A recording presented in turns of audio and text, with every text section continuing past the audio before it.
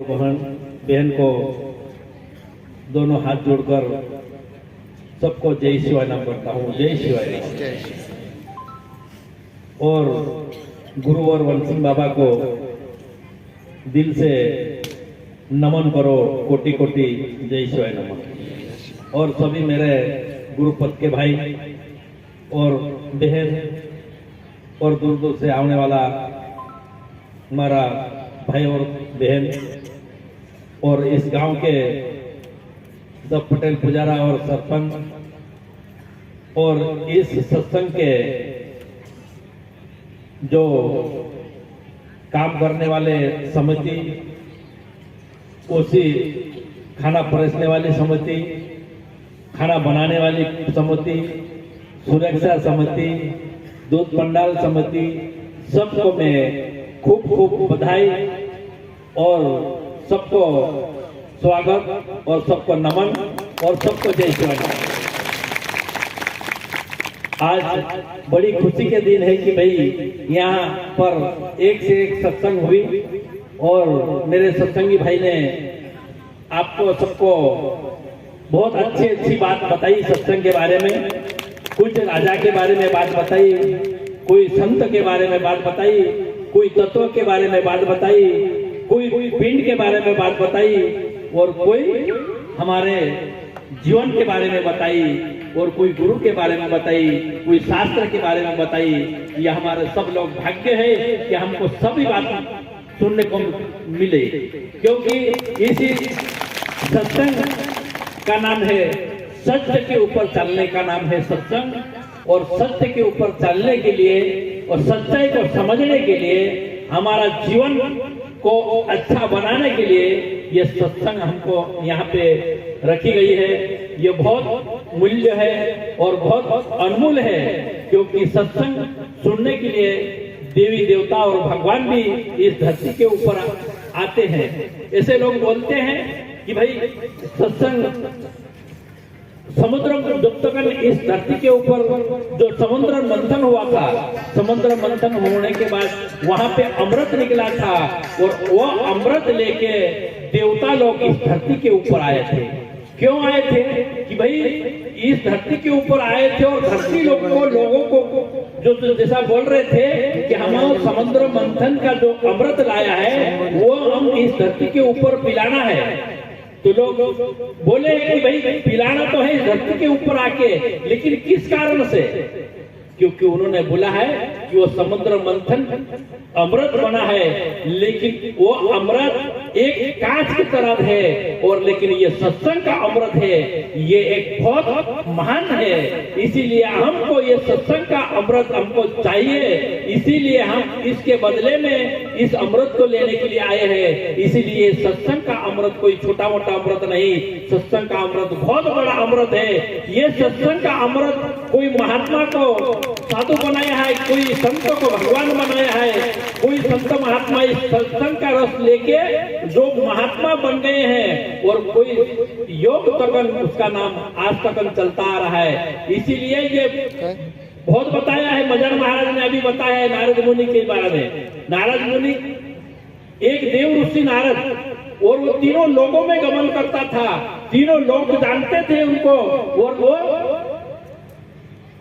और सभी साधु संतों को भी जानते थे। लेकिन मजन महाराज ने कहा कि भाई एक समय में देवता में सभा थी और सभा में रखी सभी की कुर्सी लगी थी, लेकिन देव ऋषि नारद की कुर्सी नहीं लगी थी। लेकिन देव ऋषि ने ऐसा कहा कि मैं इतना बड़ा हूँ, मैं पूरा तीनों लोगों में गमन करता हूँ, लेकिन मेरी क्यों बैठक नहीं रखी? तो उन्होंने कहा कि भाई तू गुरु नहीं करा है, इसलिए तेरे को इसकी सभा की सम्मान नहीं है, क्योंकि तू गुरु करना जरूरी है, क्योंकि गुरु करा हुआ इंसान को इस सभा में बैठने की रहती है। तो इन्होंने कहा कि भाई आप में गुरु क्या किसको करो? तो उन्होंने कहा कि गुरु कर के आओ। मजन महाराज ने कहा वही बात है, क्योंकि गुरु कर के आओ। तो उन्होंने गुरु करने गया तो कहा जहां गया वहां बोले कि भाई हमको तो नहीं जमेंगे, क्योंकि तू तो देवताओं की ऋषि है, तू तो तीनों लोगों में जाने आने का तुमको रास्ता है और तीनों लोगों में जाने आने का कोई वादा नहीं है तेरे को, और तीनों लोग में जा जाके बात कर सकते हैं, लेकिन ऐसे इंसान को कौन चेला बनाया? कोई नहीं बनाया। वापस आया भगवान के पास कि मेरे को कोई चेला नहीं बना रहा है। तो भगवान ने कहा कि चेला कोई नहीं बना रहा, तो तू सीधा जा, जो तेरे को सामने आ जाए उसी को गुरु मान लेना। तो उन्होंने सीधा गया और जाते जाते में एक नदी की आई, नदी किनारे में एक कहार मछली मारने वाला है, उन्होंने मिल गया। तो उन्होंने, भाई गुरुदेव मेरे को गुरु बना ले। तो उन्होंने कहा कि मैं गुरु नहीं, मैं तो ये काम करने वाला हूं, मैं कहीं तो गुरु, लेकिन नहीं है, मेरे को गुरु बनाना पड़ेगा। फिर गुरु बनाना पड़ेगा। फिर गुरु ने उसको मनाया, ठीक बात, गुरु मान लिया उसने। मानने के बाद वापस गए भगवान के पास और भगवान से कहा कि भगवान मेरे को गुरु मिला, लेकिन बहुत कमजोर मिला, इसके पास तो कुछ है ही नहीं, इसके पास कुछ ज्ञान नहीं है, इसके पास तो खाली वो मच्छी मारने जानता है, लेकिन वो क्या हमको ज्ञान दे सकते हैं? इतना कह दिया था वो। इसलिए भगवान कहा कि तेरे को में 36 योनि नरक में भटकना पड़ेगा, क्योंकि तूने गुरु की बुराई करी है, इसीलिए तेरे को नरक भोगना पड़ेगा। तो गुरुदेव ने कहा कि भगवान हम ऐसा मत करो, हमको इतना करने के बाद भी हमको नरक भोगना पड़े तो मैं क्या कर सकता हूँ? तो उन्होंने मेरी कुछ जो श्राप हो गया वो तो हो गया ना।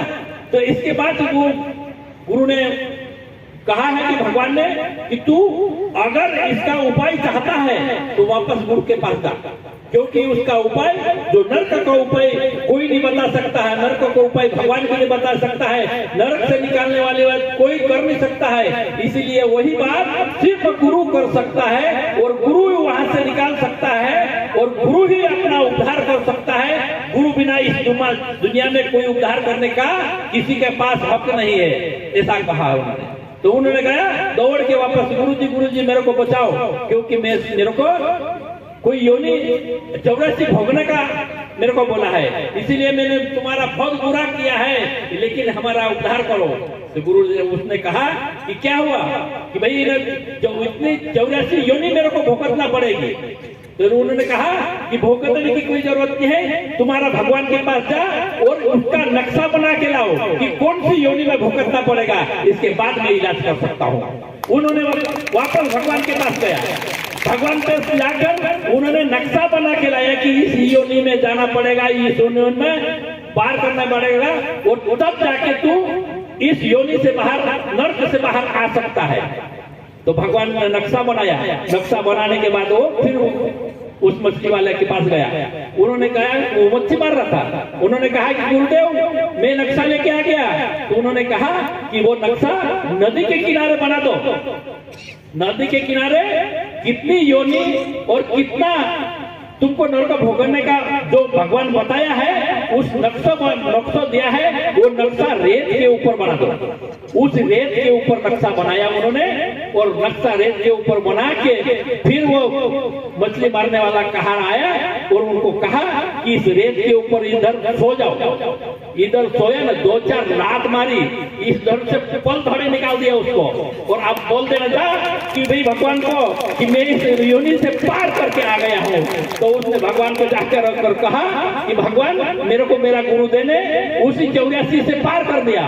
तो उन्होंने कहा कि यह है गुरु की खेल, क्योंकि तूने गुरु ना समझे, गुरु समझता था, गुरु के पास इतना ज्ञान नहीं समझता था, खुद ज्ञानी समझता था, लेकिन गुरु के पास इतना ज्ञान है कि तुमको एक झटका में नरकों से बाहर करवा दिया और एक झटका में तुमको पार करवा दिया।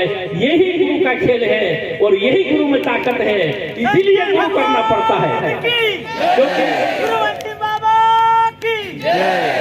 इसीलिए गुरु करना पड़ता है। गुरु बिना इस जीवन में अच्छा मार्ग नहीं मिल सकता है, गुरु बिना ज्ञान नहीं मिल सकता है, और ज्ञान बिना हमारा जीवन मोक्ष नहीं हो सकता है। इसीलिए ज्ञान करना जरूरी है, गुरु करना जरूरी है, ज्ञान गुरु से राह लेना जरूरी है। गुरु ही हमारा जीवन आगे मार्ग अच्छा बताएगा, गुरु ही इस धरती के ऊपर जीने का साधन बताएगा। इसीलिए सबसे पहले ये मदन महाराज भी बताया, सबसे पहले कालू महाराज बताया था, माइटा महाराज बताया, टंटे महाराज ने भी बताया, ये सब महाराजों ने बताया कि बल्कि कालू महाराज ने भी सबसे पहले गुरु, इस तत्व का गुरु कौन कौन है कालू महाराज ने भी बताया तत्व का गुरु कौन कौन है, मजार महाराज ने भी बताया। कालू महाराज ने बोले कि तत्व के देवता भी है वो, लेकिन वही तत्व कहाँ पे है, वही तत्व उधर आकाश वायु तेज जल और पृथ्वी बाहर नहीं, हमारा शरीर में भी है, और वही गुरु हमारा शरीर में भी है, लेकिन हम समझ नहीं पाते हैं। लेकिन जब गुरु करेंगे तब समझेंगे कि हमारा गुरु कहाँ है, हमारा देवता कहाँ है, हमारा भगवान कहाँ है, हम क्या करना चाहिए, हम किस हिसाब से इस धरती के ऊपर आए हैं और किस हिसाब से हम इस सत्संग को करना चाहिए और सुनना किस हिसाब से है, ये हमको गुरु शिक्षा देता है। इसीलिए गुरु करना जरूरी है। जब तक हम गुरु नहीं करेंगे तो इस समझ से बाहर रहेंगे। इसीलिए ये जो तत्वों की बात बताई उन्होंने, इस तत्व में हम गुरु भी देख सकते हैं, इस तत्व में हम भगवान को भी देख सकते हैं, क्योंकि तत्व में वही गुरु हमको यही बताया है। आकाश का गुरु निरंजन मदन महाराज ने बताया है, वही का गुरु ब्रह्मदेव वो भी हमारा ऐसा ही बताया कान में, और तेज का गुरु शिव भगवान ये भी हमारा यही नेत्र में बताया है, और जल का गुरु विष्णु भगवान ये भी हमारा इसमें बताया है, पृथ्वी का गुरु मन चंद्र ये भी हमारा इसमें बताया है, लेकिन कोई अलग नहीं बताया है। गुरु भी हमारे पास है, देवता भी हमारे पास है, और भगवान भी हमारे पास है। भगवान भी हमारा को बताया है कि ये पिन, ये लिंग पिन थे, ये बने हुए अपना ये पिन, और ये पिन सरस्वती माता ने पिन थे। उसी अवसर पर यहाँ पे नाग दिवाली, आज नाग लोगों की दिवाली है, नाग लोग ने आज दिवाली मनाया है, और इसी दिवाली के अवसर पर हमारी सबको सत्संग सुनने को मिल रही है। और इसी आज तुराम महाराज ने बताया यह विवाह पंचमी से भगवान राम ने इस दिन विवाह करा था, और वही पंचमी आज से, और वही पंचमी के अवसर पर हमको सत्संग सुनने का मिला। कितना बड़ी बात है और कितना महत्वपूर्ण समय है, और ऐसी महत्वपूर्ण सबसे है निज और सत्ता, क्योंकि कोई हजारों बरस निकल गया है, लेकिन कोई सत्संग कभी हुई होगा शिव पंथी की, नहीं तो कभी नहीं। आज पहली बार सत्संग हुई, इसीलिए पहली बार से, और कोई बार बार होने वाली नहीं है, इसीलिए ये पहली बार का मौका है। अच्छी तरह से ध्यान लगा के सुन लो, हमारा जीवन सुधर जाएगा। अच्छी तरह से ध्यान लगा के सुन लो, हम सब हमारा जन्म में जो कुछ उल्टा सीधा थोड़ा बहुत काम हुआ भी है गलत, वो भी ठीक हो जाएगा, वो भी भस्म हो जाएगा इस सत्संग से। लेकिन सुनने मन लगा के सुनेंगे तब, अगर मन लगा के नहीं सुनेंगे तो उधर उधर जाके घुटा करेंगे। लेकिन अच्छा अवसर खत्म होने के बाद फिर अपन पछताएंगे तो क्या होगा। लेकिन अवसर अच्छा आया है, इसी अवसर को लाभ लेना जरूरी है। इसीलिए आज यहाँ पे बोलते हैं, लेकिन नाग दिवाली क्यों मनाते हैं? नाग दिवाली इसीलिए मनाते हैं कि भाई वासु की पत्नी दो थी, और उसके एक नाम कद्रू, एक का नाम अनीता। लेकिन अनीता का परिवार ये सब नाग देवता थी, लेकिन कद्रू ने इनके ऊपर कपट करी है, उसके ऊपर फिर शासन चलाया, और नाग लोगों की कुछ राजा परिषद के बारे में कुछ उसको खराब लगा था, और उनको नाग को सभी नाग राजा परिषद को डसने की बात आई, तो उन्होंने कहा कि सभी नागों को हवन यज्ञ बना के सब नाग को भस्म कर देंगे। इसी समय पर कद्रू ने भगवान की भक्ति करती थी, और वासु ने भी भगवान की भक्ति करी, इसीलिए उसको भगवान अपने गले में धारण कर लिया। इसीलिए नाग परंपरा बच गई, और नाग परंपरा की खुद इज्जत रह गई, क्योंकि भगवान नाग को अपने गले में धारण करा है। इसी खुशी में सब नाग लोगों ने, देवता ने आज दिवाली मनाई है। इस दिवाली के अवसर पर हमको सत्संग सुनने को मिला। इस दिवाली के अवसर पर हमको अच्छी बात सुनने की मिली, क्योंकि ये बोलते थे माइटा महाराज कि गंगा बहने वाली गंगा, ये सत्संग की गंगा, ये ज्ञान की गंगा, और ये गुरु वंशिंग बाबा की गंगा है। इसी गुरु वंशिंग बाबा की गंगा में नहाने से हमारा जीवन सुधर जाएगा और जीवन सफल हो जाएगा, क्योंकि गुरु वंशिंग बाबा की गंगा कोई साधारण गंगा नहीं है। इसीलिए लोग बोलते हैं कि ये गंगा भगवान के चरण से निकली है, लेकिन ये सत्संग की गंगा गुरुदेव के आचरण से निकली हुई है। इसलिए इस गंगा का महत्व खूब बड़ा है। इसलिए गुरु वंशिंग बाबा जो आचरण से कहे कि 3 प्रकार 5 प्रकार की ये पिंड है। ये पहली पिंड है भगवान की आचरण पिंड, दूसरी पिन है प्रासरण पिन, तीसरी पिन है ज्योतिर्मय पिन, चौथी पिन है शिवलिंग पिन और पांचवी पिन है गुरुलिंग पिन। लेकिन पांचों पिन आती है। पहली पिन आचरण पिन आकाश तत्व की आती है, वायु तत्व के प्राशन पिन आती है, तेज तत्व के ज्योतिर्पिन आती है और जल तत्व की शिवलिंग पिन आती है और प्राकृतिक तत्व की गुरुलिंग पिन आती है। इसीलिए 5 प्रकार की पिन की बातें आज इस पुस्तक में सुनने से ये कोई छोटी मोटी पिन की बात नहीं, ये 5 प्रकार की पिन थे और वही पिन सभी आचरण में लेना है और हमारे तत्व में हमारा सब इंद्रियों में लेना है। इसीलिए हमारा इंद्रिय थे ये 5 कर्म इंद्रिय और 5 ज्ञान इंद्रिय। और 5 कर्म इंद्रिय कौन सा? 5 कर्म इंद्रिय हाथ और पांव ये कर्म में आता है, लेकिन ये मुख और ये अपना कान है और नेत्र है और ये सब ज्ञान में आता है। क्योंकि ये हाथ कर्म में आता है, लेकिन ये उठाता है कोई चीज और मुंह में डालता है तो ये ज्ञान इंद्रिय में जाता है। और वो ज्ञान इंद्रिय में आता है तो जबान उसको पहचान करती है, इसको विषय लेती है कि ये कैसा चीज है। शब्द बोलते हैं अपन, लेकिन ये कान के पास जाता है, नेत्र देखते हैं, लिए पैर चलते हैं। इसीलिए ये 5 कर्म इंद्रिय है, 5 ज्ञान इंद्रिय है और 5 कर्म और 5 ज्ञान इंद्रिय को भगवान ने अपन को दिया है। इसीलिए नेत्र को जो अच्छी चीज है वही देखने का बोलो, कान को जो अच्छी चीज है वही सुनने को बोलो और जो नाक को है जो अच्छी चीज सुगंधी है वही सुनने का बोलो और नेत्रों को भी अच्छी चीज देखने का बोलो। और ये शरीर है ये भी अच्छी चीज को स्पर्श करे। इसी कारण से हमको ये गुरु ने ज्ञान दिया है, क्योंकि ये सभी चीजें से ये इंद्रिय में से और इसमें अपना बोलते हैं कि इसी में उत्पन्न होता है क्या? 5 विकार बोलते हैं। कोई काम करो तो लोगों को अहंकार, लोग बोलते हैं कि 5 विकार को मारना पड़ेगा, 5 विकार गलत है, 5 विकार हमारा जीवन को बिगाड़ते हैं, 5 विकार हमको ऐसा करते हैं। लेकिन मैं कहता हूँ विकार बिगाड़ता नहीं है, विकार का सबसे ज्यादा बड़ा गुण है। क्योंकि इस विकार का गुण कम नहीं है, लेकिन इस गुण को हम बिगाड़ते हैं तब बिगड़ता है, नहीं तो बिगड़ता नहीं तुम्हें। लेकिन काम आता है, काम करो तो लोग अहंकार, काम आता है क्या अच्छा काम करेंगे तो वो क्या विकार में थोड़ी आता है। ये आप सत्संग के काम कर रहे हैं, कोई लोग सत्संग का काम कर रहे हैं, ये अच्छा काम है, ये कोई गलत काम नहीं है। लेकिन ये काम से जो वासना के ऊपर जाता है वही काम गलत है, क्योंकि एक काम सही नहीं है। और एक ये तो सब काम करो अहंकार मतलब अग्नि आती है, लेकिन एक अग्नि से हम रोटी पका के खाते हैं और एक अग्नि से हम किसी की आत्मा जलाते हैं और किसी के दिल जलाते हैं। तो दिल जलाने वाला क्रोध अलग है और हम आग से तपाने वाले क्रोध अलग है।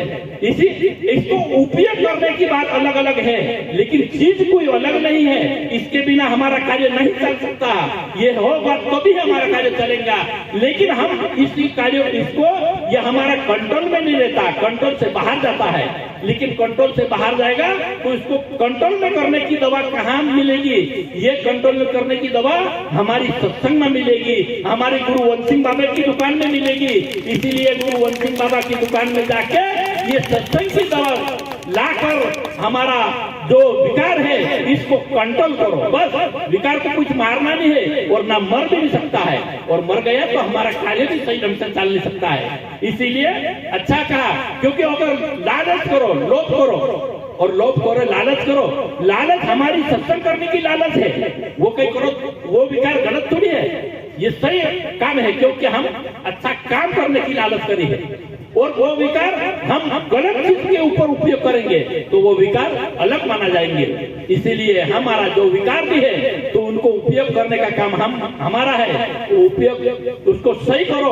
और ये इनको हम पागल सिखाते हैं, लेकिन ये हमारा सत्संग के अगर अंदर रहेगा, ये हमारे अंदर रहेगा, ये हमारा कब्जे में रहेगा, ये तो हमारा मन और हमारी आत्मा, हमारा जीवन वो अच्छे मार्ग पे चलेंगे और हमारा घर बार संस्था चलेंगे। लेकिन हमारा अगर ये विकार हमारे अलग से चलते हैं, सत्संग में अगर नहीं रहेंगे तो ये खुली छूट इसको मिल जाती है, तो जो चाहे जो कर सकते हैं। लेकिन सत्संग जिसको मिल जाती है उसी को कंट्रोल में रहना पड़ता है और उसी को बंधन से चलना पड़ता है। इसीलिए सत्संग को रखो और सत्संग को सुनो। कहा कि सत्संग बहुत बड़ी चीज है। एक समय की बात है, सत्संग में हमारे लोग बोलते हैं कोई सत्संग में कभी कभी कोई आते हैं, कोई आते नहीं है। लेकिन कभी नहीं जाने वाला लोग, हमारी पत्नी उसकी कही कि भाई ये गांव में सत्संग हो रहे हैं लोटना में, कम से कम जाके तो सुनो यार, तू तो अभी तक कहीं जाता देखा नहीं मैंने।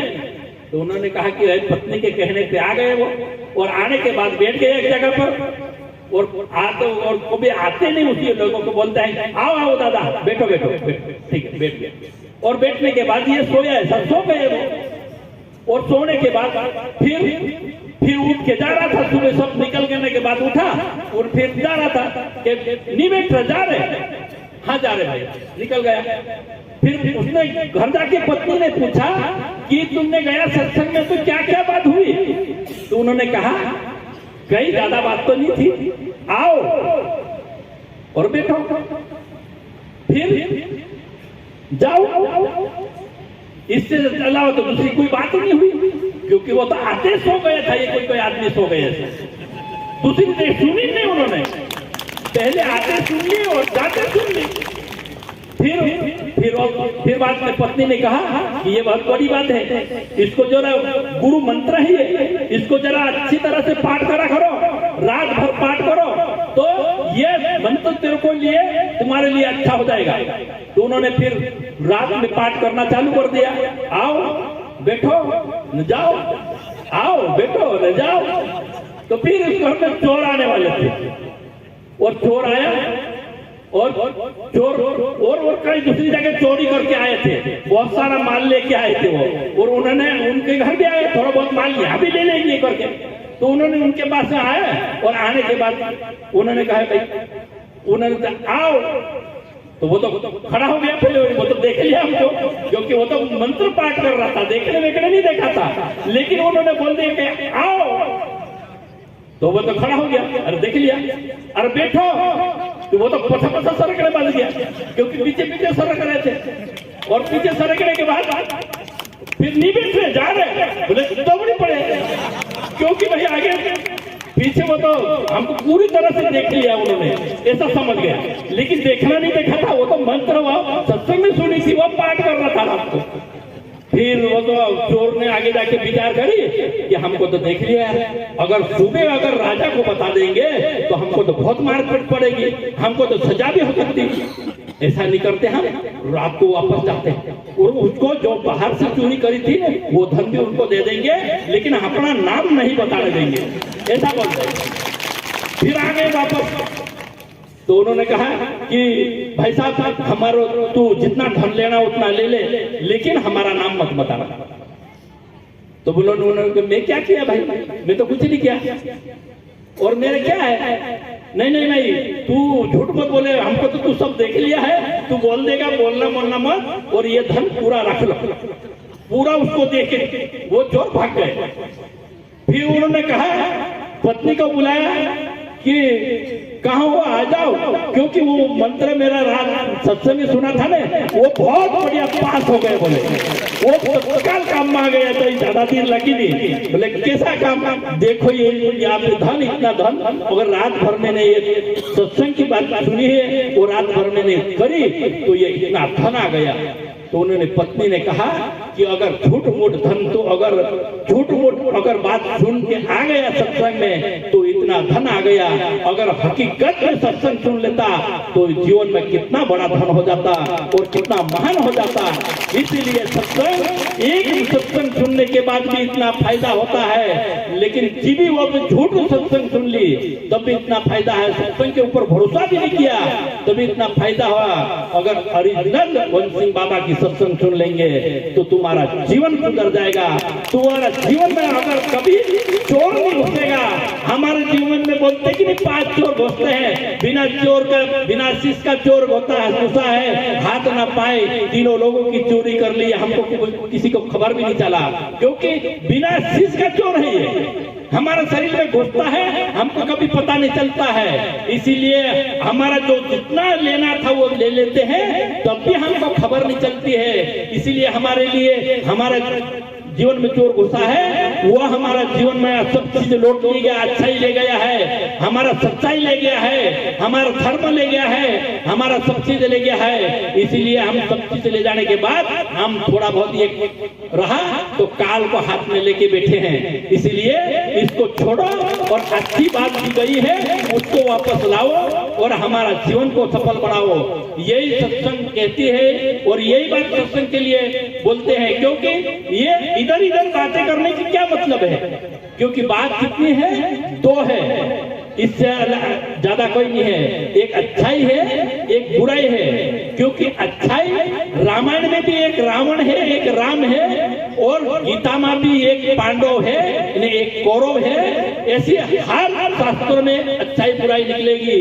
इसीलिए सत्संग भी यहाँ पे जो ये सत्संग का एक मंथन है, और इन मंथन में अगर अच्छाई अगर समझ में आ गए और इस सत्संग की बात अगर इससे पहले में बताया उतनी थोड़ी बहुत भी अगर तुम्हारे पास चली जाए तो तुम भी इस चीज को सफल बना सकते हो। और जो चीज हमारा शरीर से जो जाते हैं उसको रोक सकते हो। ये हमारी आदत सुधारो, हमारा विचार सुधारो, हमारा अंतःकरण सुधारो, हमारी नजर सुधारो, इस चीज को सुधारो। हमारा गुरु शब्दों के ऊपर पालन करके, गुरु मान के, गुरु करके, सत्संग की बात सुन के हमारा जीवन सुधारो। और आने वाली पीढ़ी हमारी समाज, आज लोटना गांव में रमेश महाराज, ये कोई राकेश महाराज और बाकी पटेल ने पुजारा ने गांव डाला में, ये सब गांव वाले मिलके सभी हमारी समाज के लिए चिंता करी है, समाज के लिए हमारी ये सत्संग करी है। क्योंकि हम सुधरे तो सुधरे, लेकिन हमारी समाज भी सुधरे, क्योंकि जब तक हमारी समाज नहीं सुधरेगी, जब तक हमारी समाज सत्संग नहीं सुनेगी, तब तक अच्छी बात नहीं आएगी मन में। इसीलिए सब समाज को सुधारने के लिए ये सत्संग सबके लिए करी है। क्योंकि ये खुद भी अगर सत्संग देखना चाहता है तो कहीं जाके दिखाते, लेकिन ये सब तुम्हारे लिए करी है सत्संग। इसीलिए इनका खूब बधाई थे और खूब धन्यवाद थे, क्योंकि इन लोगों ने ऐसी सत्संग करी, इन लोगों ने इतना अच्छा कार्य किया, इन लोगों ने भगवान की ये महा सरस्वती माता की पीठ करी है। ये सरस्वती माता बहुत लोगों ने कहा कि ज्ञान देवता है, ये ज्ञान की देवी है, और हकीकत में ज्ञान की देवी है। और इसी ज्ञान की देवी का जो सत्संग हमारे सामने हुआ है, इसीलिए तुम सब भाग्यशाली है। मेहता महाराज ने भी बताया तुमको उदाहरण तौर पे कि भाई हमारे पास कितना बड़ा वजन रहता है, गुरु हमारे को बेड़े चढ़ाता है, लेकिन एक एक कंकर निकाल के कम करता है, हमको हल्का करता है और हमको आगे जाने के लिए हमारा मार्ग क्लियर करता है। लेकिन गुरु ऐसा करके भी हमको कैसा भी करके, हमको सत्संग बता के, हमको कैसे भी करके भी हमारा जीवन को उज्जवल करने की विचार घूरती रहती है। इसीलिए गुरु वन सिंह बाबा ने टेंशन करा कि हमारी समाज किस हिसाब से जा रही है, हमारी समाज कहाँ जाती है और हमारा समाज क्या कर रही है। इसीलिए गुरु वन सिंह बाबा ने टेंशन करी कि हमारी समाज को हम सत्संग द्वारा सुधारेंगे, और हमारा अवलिया हमारी जब तक हम नहीं सुधरेंगे तो हमारा घर नहीं सुधरेंगे, हमारा घर नहीं सुधरेंगे तो हमारा संसार भी नहीं सुधरेंगे, और संसार नहीं सुधरेंगे तो हमारा जन्म भी नहीं सुधरे। इसीलिए हमारा जन्म भी सुधरे, हमारा संसार भी सुधरे, हमारा घर भी सुधरे और हम भी सुधरे सब, और हमारी समाज भी सुधरे।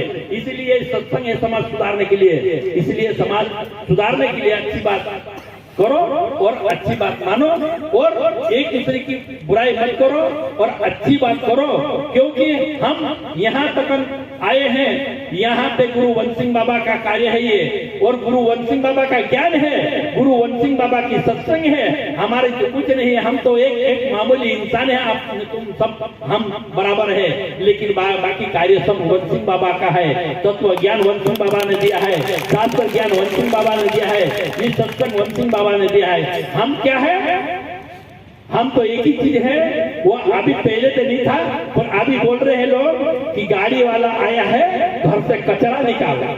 तो आज हम गाड़ी लेके आए हैं, तुम्हारा कचरा निकालो और हमारे लोगों के ऊपर डालो, सब कचरा निकाल के, और तुम उज्जवल हो जाओ।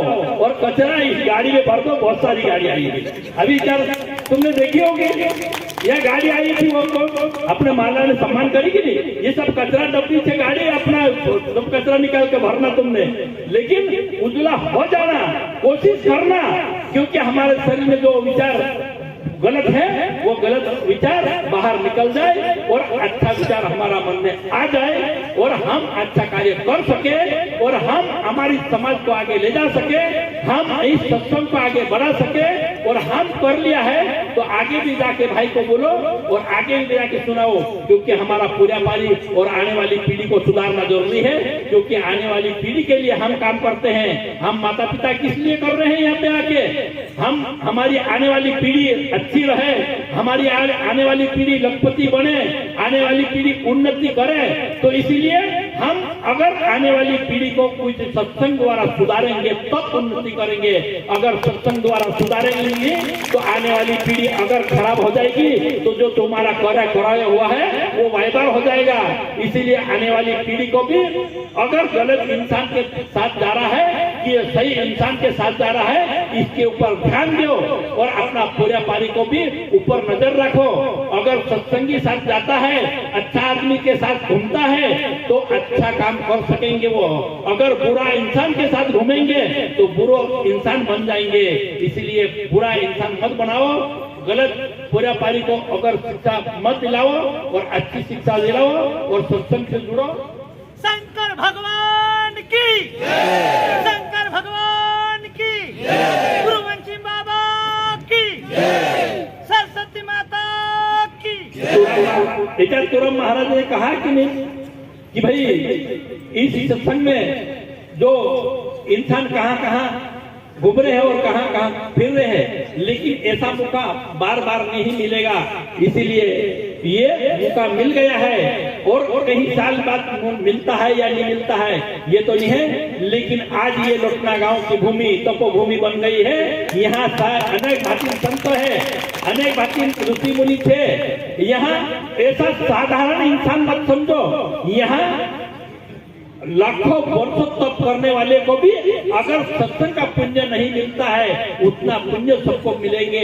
यह संत है ना, यही महान संत है, यही हमारा सब संतों से नहीं, यही हमारा सबका उद्धार कर सकेंगे। इसी अगर हजारों बरस तप भी करने वाले को से भी अगर तप से बड़ी सत्संग बड़ी है, इसीलिए सत्संग जो हुई ये खूब बड़ी बात है। और जब कहा कि नहीं इधर कंटी महाराज को तो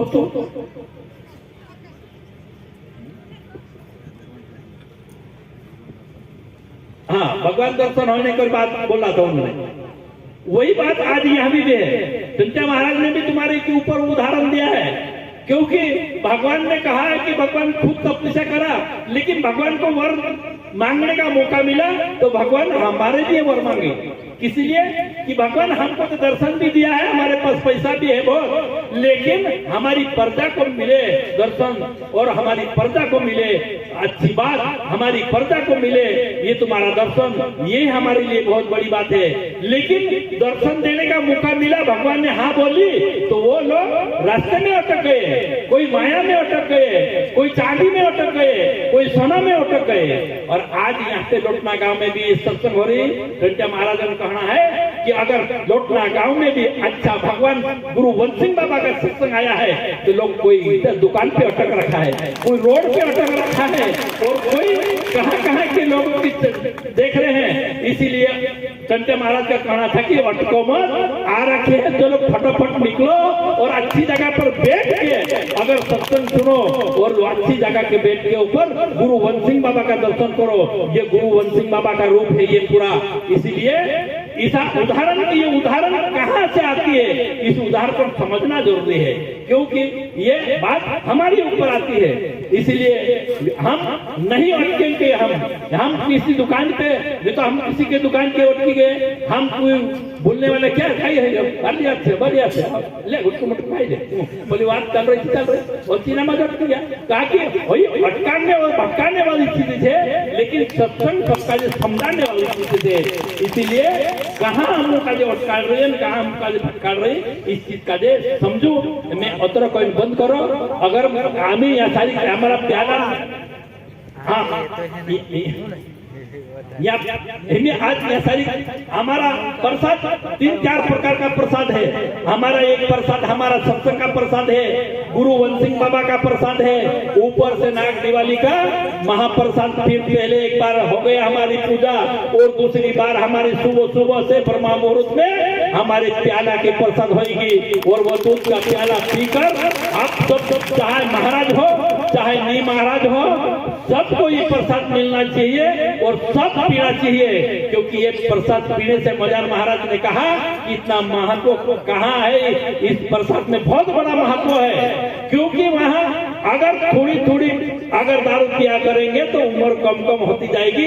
थोड़ा दूध का मिल जाएगा तो उम्र बढ़ती चली जाएगी, बढ़ती चली जाएगी, लेकिन हमारी जिंदगी भी बढ़ जाएगी। हमारा यहाँ तक भी नहीं, हमारा वहां तक भी पहुंच बन जाएगा, क्योंकि हमारा जन्म में भी काम आएगा। इसीलिए ये साधन एक जगह की साधन नहीं है। गुरु वन सिंह बाबा ने कहा है एक जन्म का भरोसा नहीं, जन्म का भरोसा लिया है। इसीलिए सत्संग की बात है। इसीलिए जन्म में अगर ये ऐसी चीज मिलती है, इस जन्म में अगर ऐसी प्रसाद मिलती है तो सब चीज छोड़ देना, लेकिन प्रसाद मत छोड़ना। अगर सब चीज अपने से छूट जाए तो छोड़ना, लेकिन धर्म मत छोड़ना।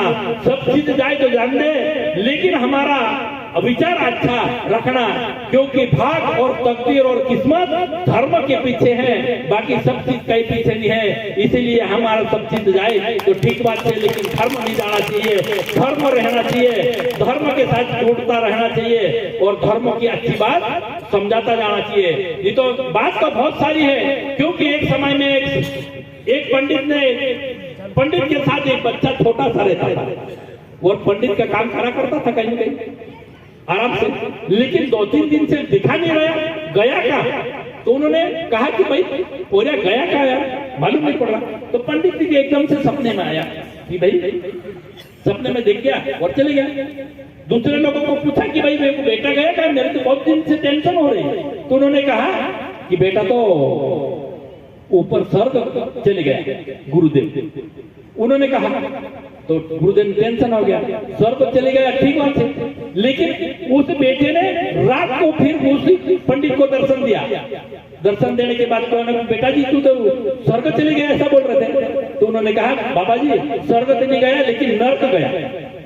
तो नर्क में गया तो फिर क्या वहाँ क्या कर रहा था, लेकिन वहाँ नर्क में जो हेमराज है उसने मेरे ऊपर कृपा करी कि वहाँ देखभाल करने के लिए मेरे को भेज दिया है कि वहाँ मैं देखभाल करता हूँ और कोई मैं अच्छा ईमानदारी काम करता हूँ, इसलिए वहाँ से लोग उसको किसी को लेने जाता हूँ और किसी को लाता है। तो उन्होंने कहा कि भाई वहाँ कैसी चीज है देखने की। तो उन्होंने कहा कि वहाँ तो बहुत बुरी चीज है, क्योंकि किसी के ऊपर तो तलवार चल रही है, तो किसी में तेल में कढ़ाई में तल रहे हैं, तो किसी के ऊपर खाल निकाल रहे थे, किसी के ऊपर मशीन में पीस रहे थे, ऐसी चीज देखने की नहीं थी। तो उन्होंने कहा ये मेरे को अगर दिखा सकते हैं। तो उन्होंने कहा कि ठीक बात, लेकिन अपना शरीर के साथ जाके नहीं देख सकते, हम शरीर छोड़ के जा सकते हैं, लेकिन देखते हैं अगर मेरी चलती है वहां पे, क्योंकि नर्क में मेरी चलती है, तो अगर मैं अगर बता भी सकता हूँ तेरे को।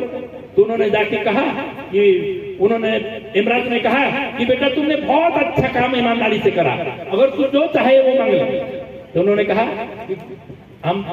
मैं दूसरे से नहीं मांग सकता, लेकिन एक मित्र मेरा है वो नरक देखना चाहता है, तो मेरे मित्र को अगर इस शरीर में नरक दिखा दे तो बहुत बड़ी बात है।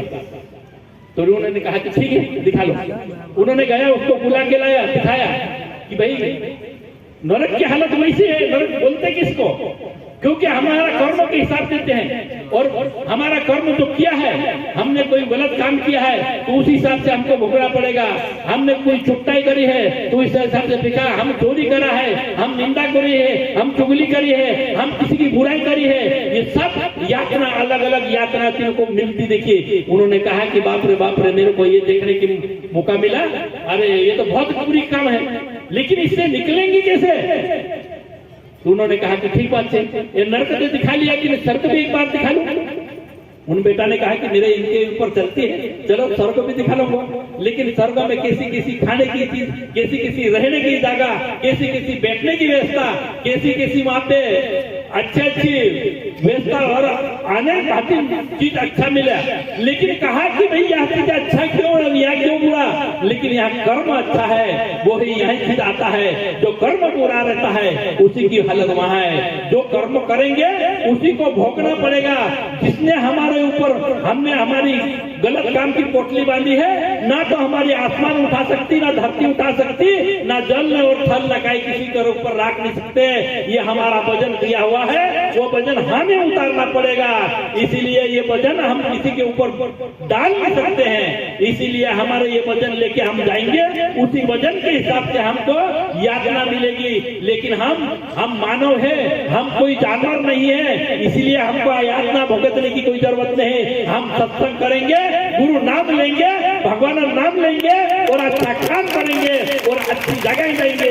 लागे स्वर्ग में नहीं, हम इसी धरती के ऊपर अगर अच्छा जगह मिल जाए वो भी बहुत है। क्योंकि हम अब इतना काम तो सत्संग का कर चुके हैं और आगे भी जन्म मिलेंगे तो और सत्संग का काम करेंगे और भगवान का कार्य करेंगे। लेकिन अच्छी जगह मिले ऐसा काम अभी करो, क्योंकि जो इस धरती के ऊपर बच्चा होता है वो कोई राजा के घर में होता है, कोई गरीब के घर में होता है। इसका आज ही जन्म हुआ, इसका क्या दोष?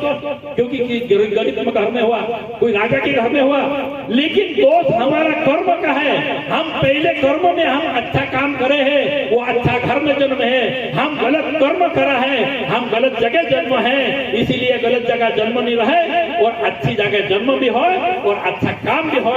इसीलिए इसके अलावा ना तो हमारा कार्य कोई भगवान हमको सुधार सकता, ना हमारा देवता सुधार सकता। देवता तो हमको दे रहे हैं, जितना ले रहे उतना दे रहे हैं, लेकिन हमारा कार्य बिगड़ता चले जाएगा तो हमारा कार्य गुरु ही सुधारेंगे। फिर ये उदाहरण के तौर पर बता रहे थे कि तोते, डावर महाराज बता रहा था कि एक पिंजरा में तोता उड़ा था, लेकिन कौन छुड़ा सकता है उसको? कौन निकाल सकता? लेकिन इसके अलावा कोई निकाल नहीं सकता। उसको निकालने की कला सिर्फ गुरु में है और निकालने की ताकत सिर्फ गुरु है। गुरु इस आगे की कोर्ट की जाने के वकील है और वही हमको वहां से छुड़ा सकता है। इसीलिए अच्छा कार्य करो और अच्छा काम करो और अच्छा हमारा संसार चलाओ, अच्छा बाप बनो, अच्छा बेटा बनो और अच्छा गुरु का शिष्य बनो। क्योंकि भगवान राम को क्या बोलते हैं? भगवान राम अच्छा गुरु बेटा बना, भगवान राम अच्छा भाई बना, भगवान राम अच्छा पति बना, भगवान राम अच्छा बाप बना। इसीलिए भगवान राम की बात सब दुनिया करते हैं। इसीलिए हम अच्छे बनेंगे तो अच्छा करेंगे। भगवान राम कहाँ है हमारे में? शीतल वाणी है, वही भगवान राम है।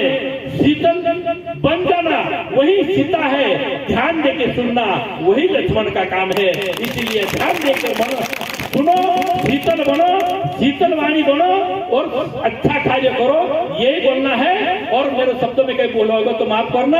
बाकी सभी समिति वाले जितने भी भाई काम करने वाले, जितने भी भाई कार्य में मदद करे हैं, जितने भी भाई भजन कीर्तन करे हैं, जितने भी भाई मेहनत करे हैं, जितने भी भाई समूह वाले, चाहे रंगने वाले और खाना बनाने वाले, सुरक्षा वाले, दूध वाले, बाकी जितना भी समूह वाले हैं और सब गुरुवंत सिंह बाबा का काम किया है। इसीलिए गुरुवंत सिंह बाबा की आशीर्वाद तुम्हारे ऊपर सदा बनी रहे।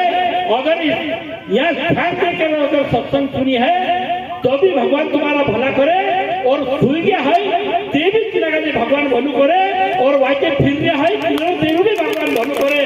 कुदू मानुष यहाँ को समझाए जागो ठीक जातकन भी आवाज जासे, जातकन कोई पीड़ित मानसे अगर मरला भी असेल तेरी आत्मा रुकाई रहे जी भी आत्मा आज जी भी आत्मा चुकावून लिले से जी भी आत्मा उमर हिदासे एने जी भी जन्म लिले से रुकाई नो कुदू नहीं रहे। यहाँ सारी सत्संग भइली छे इनी सत्संगन धू भी अगर एक दारो आवे मानसी सुपर से ने तेजी बारो हिदासे जो मानुष पाप उल्टो सीधो काम करलो है इने धू आवे भी अगर चुप लिले से माथा पर तेजी तेरो जन्म उद्धार हिदासे ओतरो वारो धू बन गइल छे, ओतरो वारो गांव बन गइल छे, ओतरो वारो एजो बन गइल छे, एतरो वारो काम हइलो छे।